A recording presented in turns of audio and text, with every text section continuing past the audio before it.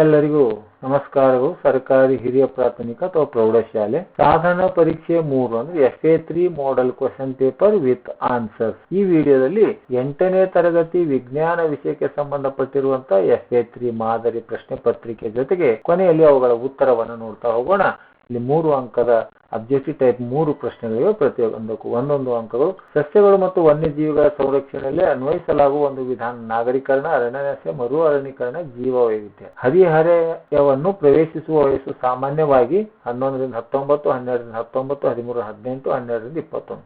3ನೇ ಪ್ರಶ್ನೆ: ಸಂತಾನೋತ್ಪತ್ತಿ ನಂತರ ಸ್ತ್ರೀ ಮತ್ತು ಪುರುಷ ಗೆಮೆಟ್ಗಳ ಸಮ್ಮಿಲನದಿಂದ ಉಂಟಾಗುವ ಏಕಕೋಶೀಯ ರಚನೆ ಯಾವುದು? ಅಂಡಾಶಯ, ಭ್ರೂಣ, ಯಜ್ಞಜ, ಅಂಡಾಣುನಾಳ. ಇನ್ನು 1 ಅಂಕದ ಪ್ರಶ್ನೆಗಳು. ಇಲ್ಲಿ ಕೂಡ 3 ಪ್ರಶ್ನೆಗಳಿವೆ. ಶಬ್ದದ ತರಂಗಾಂತರದ ಕಂಪನಾಂಕ ಆವರ್ತನಕ್ಕೆ ಬಳಸುವ SI ಕಮಾನವನ್ನು ಹೆಸರಿಸಿ. ಯುಗ್ಮಜ ಎಂದರೇನು? ಕೆಂಪು ದತ್ತಾಂಶ ಪುಸ್ತಕ ಎಂದರೇನು ಅನ್ನುವಂಥದ್ದು. ಇನ್ನು 2 ಅಂಕದ ಪ್ರಶ್ನೆಗಳು. 2 ಪ್ರಶ್ನೆಗಳಿದ್ದು ಪ್ರತಿಯೊಂದಕ್ಕೂ 2 ಅಂದ್ರೆ ಒಟ್ಟು ಅಂಕಗಳು 4 ಅನ್ನುವಂಥ ಉತ್ತರ. ಹದಿಹರೆಯದವರು ತಮ್ಮ ಆರೋಗ್ಯವನ್ನು ಉತ್ತಮವಾಗಿ ನಿರ್ವಹಿಸಲು ಅನುಸರಿಸಬೇಕಾದ 2 ಕ್ರಮಗಳನ್ನು ಪಟ್ಟಿ ಮಾಡಿ. 8ನೇ ಪ್ರಶ್ನೆ: ಶಬ್ದವು ಚಲಿಸಲು ಮಾಧ್ಯಮದ ಅವಶ್ಯಕತೆ ಇದೆ ಎಂಬುದನ್ನು ದೃಢೀಕರಿಸುವ ಒಂದು ದೃಷ್ಟಾಂತವನ್ನು ನೀಡಿ. ಇನ್ನು 3 ಅಂಕದ ಪ್ರಶ್ನೆಗಳು. ಇಲ್ಲಿ 2 ಪ್ರಶ್ನೆಗಳಿದ್ದವು. ಒಟ್ಟು ಪ್ರತಿಯೊಂದಕ್ಕೂ 3 ಅಂದ್ರೆ ಒಟ್ಟು 6 ಅಂಕಗಳು. ಅಲಿಂಗಿಯ ಸಂತಾನೋತ್ಪತ್ತಿ ಅಂದ್ರೇನು? ಅಲಿಂಗಿಯ ಸಂತಾನೋತ್ಪತ್ತಿಯ 2 ವಿಧಗಳನ್ನು ಹೆಸರಿಸಿ. 10ನೇ ವನ್ಯಜೀವಿಗಳ ಸಂರಕ್ಷಣೆಗಾಗಿ ಅನುಸರಿಸಬೇಕಾದ 3 ಕ್ರಮಗಳನ್ನು ಪಟ್ಟಿ ಮಾಡಿ. ಇನ್ನು 4 ಅಂಕದ ಪ್ರಶ್ನೆಗಳು. ಋತುಬಂಧ ಎಂದರೇನು? ಋತುಚಕ್ರವು ಹೇಗೆ ಸಂಭವಿಸುತ್ತದೆ ಎಂಬುದನ್ನು ವಿವರಿಸಿ. ಇದು 4 ಅಂಕಗಳ ಪ್ರಶ್ನೆ. ಈಗ ಆ ಪ್ರಶ್ನೆಗಳಿಗೆ ಉತ್ತರಗಳನ್ನು ನೋಡ್ತಾ ಹೋಗೋಣ. ಅಬ್ಜೆಕ್ಟಿವ್ ಟೈಪ್ಗೆ ಸಿ ಇದು ಮರು ಅರಣ್ಯೀಕರಣ, ಎದು 11 ರಿಂದ 19 ವರ್ಷಗಳು, ಸಿ ಇದು ಯುಗ್ಮಜ. ಇನ್ನು ಶಬ್ದದ ತರಂಗಾಂತರದ ಕಂಪನಾಂಕ ಆವರ್ತನಕ್ಕೆ ಬಳಸುವ SI ಏಕಮಾನ ಯಾವುದು ಅಂದ್ರೆ ಅದು ಹರ್ಟ್ಸ್ ಅಂತಕ್ಕಂಥದ್ದು. ಯುಗ್ಮಜ ಎಂದರೆ ಅಂಡಾಣು ಮತ್ತು ವೀರ್ಯಾಣುಗಳ ಸಮ್ಮಿಲನದಿಂದ ಉಂಟಾಗುವ ಏಕಕೋಶೀಯ ರಚನೆಯಾಗಿದೆ. ಕೆಂಪು ದತ್ತಾಂಶ ಪುಸ್ತಕ ಎಂದರೆ ಅಳಿವಿನಂಚಿನಿರುವ ಅಥವಾ ಅಳಿವಿನಂಚಿಗೆ ಹತ್ತಿರವಿರುವ ಪ್ರಭೇದಗಳ ಮಾಹಿತಿಯನ್ನು ಹೊಂದಿರುವ ಪುಸ್ತಕವಾಗಿದೆ. 2 ಅಂಕದ ಪ್ರಶ್ನೆಗಳಿಗೆ ಉತ್ತರ. ಇಲ್ಲಿ ಹದಿಹರೆಯದವರು ತಮ್ಮ ಆರೋಗ್ಯವನ್ನು ಉತ್ತಮ ನಿರ್ವಹಿಸಲು ಅನುಸರಿಸಬೇಕಾದ 2 ಕ್ರಮಗಳು ಅಂತ ಕೇಳಿದ್ರು. ಸಮತೋಲಿತ ಆಹಾರ ಸೇವನೆ, ಎಲ್ಲಾ ಪೋಷಕಾಂಶಗಳನ್ನು ಒಳಗೊಂಡ ಆಹಾರವನ್ನು ಸೇವಿಸಬೇಕು. ವೈಯಕ್ತಿಕ ಸ್ವಚ್ಛತೆಗೆ ಗಮನ, ಪ್ರತಿದಿನ ಸ್ನಾನ ಮಾಡುವುದು ಮತ್ತು ದೇಹದ ಭಾಗಗಳನ್ನು ಸ್ವಚ್ಛವಾಗಿ ಇರಿಸುವುದು. ಶಬ್ದವು ಚಲಿಸಲು ಮಾಧ್ಯಮದ ಅವಶ್ಯಕತೆ ಇದೆ ಎಂಬುದನ್ನು ದೃಢೀಕರಿಸುವ ಒಂದು ದೃಷ್ಟಾಂತವನ್ನು ವಿವರಿಸಿದಂತಿತ್ತು. ಶಬ್ದವು ಪ್ರಸಾರವಾಗಲು ಮಾಧ್ಯಮದ ಅವಶ್ಯಕತೆ ಇದೆ. ನೀರಿನೊಳಗೆ ಗಂಟೆಯನ್ನು ಬಾರಿಸಿ ಕಿವಿಯನ್ನು ಒತ್ತಿದಾಗ ನಿಮ್ಮ ದೇಹದ ಸಂಪರ್ಕದಿಂದ ಶಬ್ದವು ಕೇಳಿಸುತ್ತದೆ. ಇದರಿಂದ ಶಬ್ದವು ದ್ರವದ ಮೂಲಕವೂ ಚಲಿಸುತ್ತದೆ ಎಂದು ತಿಳಿಯಬಹುದು. ನಿರ್ವಾತದಲ್ಲಿ ಶಬ್ದವು ಚಲಿಸುವುದಿಲ್ಲ. ಇನ್ನು 3 ಅಂಕದ ಪ್ರಶ್ನೆಗಳು.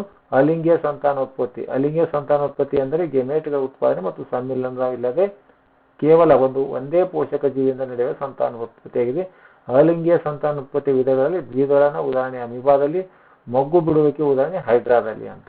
10ನೇ ಪ್ರಶ್ನೆ: ವನ್ಯಜೀವಿಗಳ ಸಂರಕ್ಷಣೆಗಾಗಿ ಅನುಸರಿಸಬೇಕಾದ ಪ್ರಮುಖ ಕ್ರಮಗಳು ಅಂತ ಕೇಳಿದ್ದಾರೆ.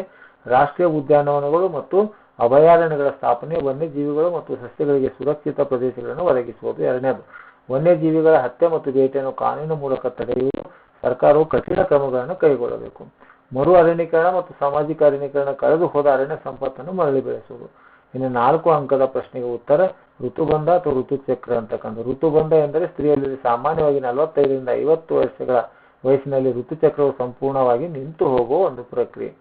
ಋತುಚಕ್ರವು ಸಂಭವಿಸುವ ವಿಧಾನ ಅಂದರೆ ರಕ್ತಸ್ರಾವ. ಪ್ರತಿ ತಿಂಗಳು ಅಂಡಾಶಯದಲ್ಲಿ ಒಂದು ಅಂಡಾಣು ಪಕ್ವಗೊಂಡು ಅಂಡಾಣುನಾಳದ ಮೂಲಕ ಹೊರಬರುತ್ತದೆ. ಈ ಸಂದರ್ಭದಲ್ಲಿ ಗರ್ಭಕೋಶವು ಫಲವತ್ತಾದ ಅಂಡಾಣುಗಳು ಸ್ವೀಕರಿಸಲು ಸಿದ್ಧವಾಗಲು ರಕ್ತನಾಳಗಳಿಂದ ದಪ್ಪನಾದ ಒಳಪದರವನ್ನು ನಿರ್ಮಿಸುತ್ತದೆ. ಒಂದು ವೇಳೆ ಅಂಡಾಣು ವೀರ್ಯಾಣುವಿನೊಂದಿಗೆ ಫಲವತ್ತಾಗದಿದ್ದರೆ ಈ ಅಂಡಾಣು ಬಳಕೆಯಾಗದೆ ಉಳಿಯುತ್ತದೆ. ಫಲವತ್ತಾಗದ ಅಂಡಾಣು ಮತ್ತು ಗರ್ಭಕೋಶದ ದಪ್ಪನಾದ ಒಳಪದರ ಒಡೆಯುತ್ತದೆ ಮತ್ತು ರಕ್ತವು ಯೋನಿಯ ಮೂಲಕ ಹೊರಹೋಗುತ್ತದೆ. ಇದನ್ನು ಋತುಚಕ್ರ ಎನ್ನುವರು. ಈ ಚಕ್ರವು ಸುಮಾರು 28 ದಿನಗಳಿಗೊಮ್ಮೆ ಮರುಕಳಿಸುತ್ತದೆ. ಈ ಪ್ರಕ್ರಿಯೆಯಲ್ಲಿ ಒಂದು ಕಾರ್ಖಾನೆಗೆ ಹೋಲಿಸಬಹುದು. ಅಲ್ಲಿ ಪ್ರತಿ ತಿಂಗಳು ಉತ್ಪಾದನಾ ಮಾರ್ಗವನ್ನು ಹೊಸ ಉತ್ಪಾದನಕ್ಕಾಗಿ ಸಿದ್ಧಪಡಿಸಲಾಗುತ್ತದೆ. ಗರ್ಭಕೋಶದ ಪದರ ತಯಾರಿಕೆ ಅಂದರೆ ಆರ್ಡರ್ ಬರೆದಿದ್ದರೆ ಫಲವತ್ತಾಗದ ಅಂಡಾಣು ಆ ಸಿದ್ಧಪಡಿಸಿದ ವಸ್ತುಗಳನ್ನು ವಿಲೇವಾರಿ ಮಾಡಬೇಕಾಗುತ್ತೆ. ಅಂದ್ರೆ ಅದನ್ನು ರಕ್ತಸ್ರಾವ ಅಂತ ಕರೀತಾರೆ. ಆದ್ಮೇಲೆ ಈ ರೀತಿಯಾಗಿ 6 ರಿಂದ 10ನೇ ತರಗತಿಯವರೆಗಿನ ವಿಜ್ಞಾನ ವಿಷಯಕ್ಕೆ ಸಂಬಂಧಪಟ್ಟಿರುವಂತೆ FA3 ಮಾದರಿ ಪ್ರಶ್ನೆ ಪತ್ರಿಕೆ ಮತ್ತು ಅವುಗಳ ಒಂದು ಉತ್ತರಗಳ ವಿಡಿಯೋವನ್ನು ಮಾಡಿದ್ದೀನಿ. ಈ ವಿಡಿಯೋ ಇಷ್ಟವಾದರೆ ದಯವಿಟ್ಟು ಲೈಕ್ ಮಾಡಿ, ಶೇರ್ ಮಾಡಿ ಮತ್ತು ಸಬ್ಸ್ಕ್ರೈಬ್ ಮಾಡೋದನ್ನು ಮರೆಯಬೇಡಿ ಅಂತ ಹೇಳ್ತಾ ಈ ವಿಡಿಯೋ ನೋಡಿದ ತಮ್ಮೆಲ್ಲರಿಗೂ ನನ್ನ ನಮಸ್ಕಾರಗಳು.